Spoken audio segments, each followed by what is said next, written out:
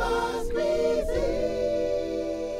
Hello everyone, welcome back to NIRVA'S Cuisine. Today we will be making TASO KABRIT. Jodi an, nou pral fè TASO KABRIT. One of my personal favorites. Mwen met TASO KABRIT an pil, me mwen gen jan ke mwen reme li.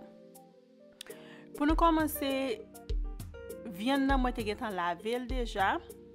Mwen pral juste marine li, et puis pou nou kapab komanse avec TASO KABRIT lan. Si nou ta reme référence comment que mwen lave viande KABRIT mwen, map mette nan description box lan yon video que mwen gen deja qui montre comment que mwen lave viande mwen. Like I mentioned, this meat has already been washed. I have a video of the way I wash my meat, and I will link it in the description box. I will be using epis, thyme, parsley, and I added some rosemary, a scotch bonnet pepper, some onion, some bell pepper, some salt, and a few pieces of ginger as well to kill the strong smell of the goat. I'm also using some limes and also some sour orange juice, and I will be using a hint of baking soda. Nou kapab wè ke map utilize epis, map utilize thym apesi. Mwen mette yon ti branche rosemary la dani, map utilize yon piment piqué, kek morceau gingembre pou m kapab touye sant fort que kabrit lan gen, acide citron ensemble avec zoran su. Nou konnen que zoran su an bay viande fouya une belle couleur. Map utilize yon morceau zonyon tout avec kek morceau piment douce pour mette bouilli la dani. Ça c'est sel mwen gen map mette tout. Ensemble avec un bicarbonate. Bicarbonate la de viande nan relax, le de lâcher pour le capable cuit et l'œil cuit pour le capable vraiment tender. Moi pareil pour m'a goumer ensemble avec viande moi, somme toujours make sure que viande moi bien bouillie pour me juste sauter dans l'huile là, pas frire pour le sec, mais pour le sauter une bonne couleur malgré viande nan fruit pour le pas raide. So, n'a commencé. Now we're starting by adding the epis. I was very generous on the epis. Please do the same, because remember the frying meat has to be boiled very tasty. It has to taste very good. So when it's fried, so the flavor can just burst out of your mouth. Moi mettez un bon valeur épice pour viande capable bouillir bien goût, pour l'œil frit pour juste capable bien goût. Ajouter épices là qu'on a mariné li. After adding the epis, I just make sure I marinate it very well.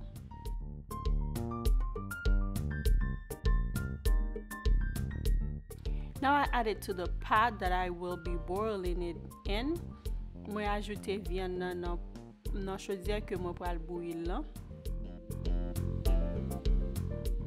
Now m'a commencé à ajouter l'autre ingrédient yo. Tant kou moi ajouter morceau gingembre yo.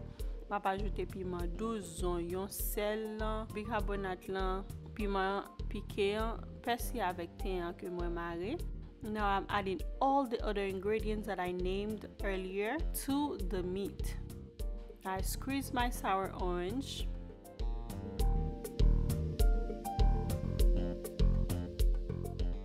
Let me state that it is important that when you're making TASO or any fried meat, that the meat has a lot of acid, what we Haitian call acid, a lot of either lime juice or lemon juice, or if you like spicy food, make sure you pop that pepper in it, so when it's fried it just have that flavor. Ooh. After adding everything, I just let it sit for a minute, 20-30 minutes, depends on how long you have, so all the spices can really come through. Moi quitte le chita, le fin mette tout épices là dedans, moi juste quitte le chita pour environ 20 à 30 minutes, ça dépend de combien ton gain. Après ça, moi ouvrir chaud, me mette li sous medium high pour viande capable prendre sel pour bien bouillir.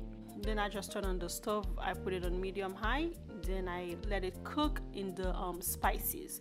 Don't add water yet, just let it cook. Ou quitte viande soué. Le fin soué pour 10 à 15 minutes. Moi ouvrir, moi goûter li manque un petit sel, moi ap ajouter une cuillère better than bouillon. Ça c'est une découverte moi à peine fait que moi vraiment aimé, li pas maggi ni li pas gen GMO là-dedans ni et li bay vraiment bay manger à bon goût. Yo gen toute qualité flavor pour nous même qui végétarien, nous capable joindre qui ça qui vegetable tout gen chicken, gen beef, on capable joindre toute flavor. Ça c'est un problème moi joindre. Then after I let it boil for about 15 to 20 minutes, I just uncover it, add a spoon of that butter and bouillon paste, then I just let it boil, then I add the water to make sure it has enough water to boil. Puis moi ajouter de l'eau là-dedans pour me quitter le bouillir. Make sure de l'eau nous ajouter dans viande nous, c'est pas de l'eau frette liée, sont de l'eau tiède. Ça vraiment important parce que nous pas voulons viande raide. Et l'on a ajouté de l'eau frette là-dedans, il fait le raide, so toujours make sure de l'eau tiède. I added some warm water to it to let it come to a boil. Now I'm just gonna leave it alone and let it boil until it's really tender to my liking. If the water is not enough, like if the water is all dry and it's not tender as I like it, I'm just gonna add some more water. If you have a pressure cooker, it works perfect as well. You're just gonna have like really tender goat in about 15 minutes. Yeah, I usually try to do things whichever one works better for me, and you can do the same. Si vous avez un pressure cooker, vous capable juste mettre viande dans un pressure cooker. 12 à 15 minutes, vous supposez gagner. Si pressure cooker là vraiment bon, vous supposez gagner viande vraiment tender. Quand après me quitter viande na bouillir, moi pas commencer dans banane non. Moi déjà calé 2 graines banane et moi lavé yo. I've already peeled 2 plantains. Now I'm cutting them. Each plantain I make 4 pieces. Now the pot is on the stove. I'm letting it get hot. Then I'm gonna add the oil to it. Now back to the plantain. I add some salt to about a cup of water. Then I'm adding some sour orange juice. Yes, I love sour orange, and because it gives your food this very nice clean color. And not only that, it enhances the taste as well. Moi ajouter sel dans de l'eau et puis moi mettre joint su. Quand y a la moi pas mettre banane trempée là-dedans. I will add the plantain to the water and let it soak for a few minutes. Now the oil is hot enough, I'm adding the plantain to the pot. It is important that the oil is not too hot. Very important for the first stage of frying the plantain. If the oil is too hot, what will happen is it will get the outside of the plantain will get crispy. Then when you press it, the inside will be soft but the outside will be crispy. Then it won't look as clean. So make sure that the oil is on very medium low so the plantain can boil, so that the inside of it can be tender and the outside as well. So when you press it, you want it to be crispy on the second fry. I hope you understand. So li important pour nous pas frire banane, pour l'huile là pas trop chaud. Le nous a bouilli banane dans l'huile là. L'huile là supposé dans medium low pour banane capable bien cuite. Nous besoin banane sec le nous frire deuxième fois mais pas première fois. Dans point ça viande moi en cuite. J'aimerais remettre là qu'on y a moi juste après tirer viande là mettre dans basket là pour me capable préparer le me fin frire banane pour me capable frire. Toujours make sure que moi frire banane moi avant pour l'huile là pas sale ou bien moi frire séparé. I always make sure that I fry my plantain first so my plantain can be clean. If you fry the meat first, chances are the plantain will have like pieces of or residue of the meat on it, which I don't like. I like my plantain to be very clean. Yes, I'm very particular about my food.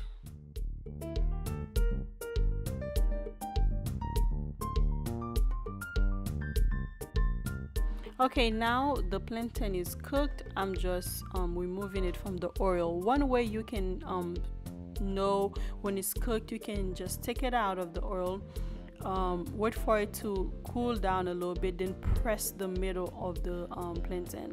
If it's really soft, it feels like the inside is soft, then it's ready.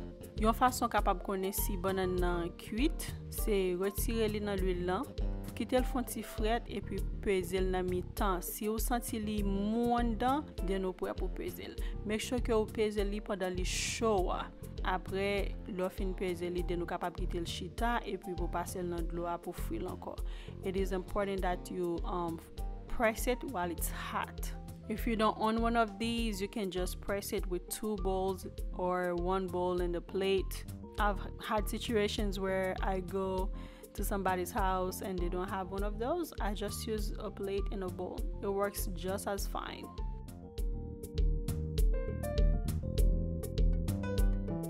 After pressing it, I turn up the stove. Make sure it's on high so the oil is very hot. Then I soak it a little bit in the same water for flavor. Then I put it in the oil. Now you want it to be very crispy if you like it crispy. Quand ya la, moi mette réchaud sous yon feu qui vraiment high pour capable vraiment chaud, et puis m'pa juste passer banane fin pesé dans de l'eau encore et puis mettre le fruit pour banane capable gen bon goût et bien sec.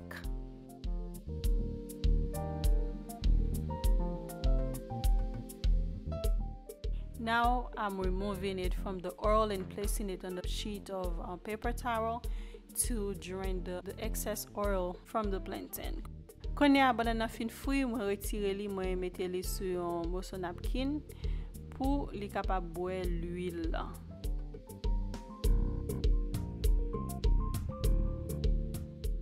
Moi juste pas ajouter viande dans l'huile là qu'on y a là pour le capable frire. Make sure l'huile est vraiment chaud.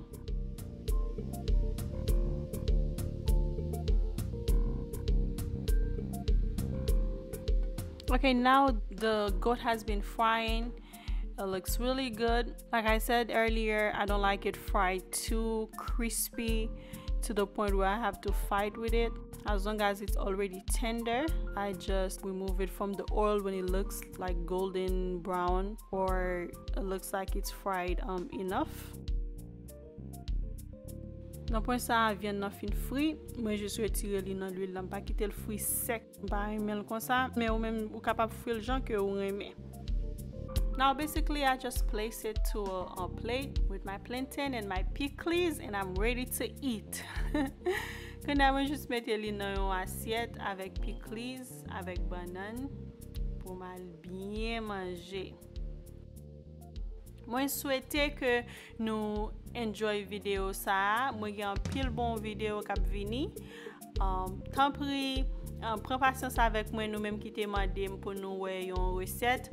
M'a vini, m'a travail dur pour promettre nous ça. Thank you so much for watching, guys. I appreciate all the love and support I've been getting from you sharing the videos, liking them, and leaving me a comment. I really appreciate that. Also, if you haven't already done so, if you just stopped by to say hi, welcome, and please don't forget to subscribe. If you're an oldie but a goodie, thank you so much. Thank you.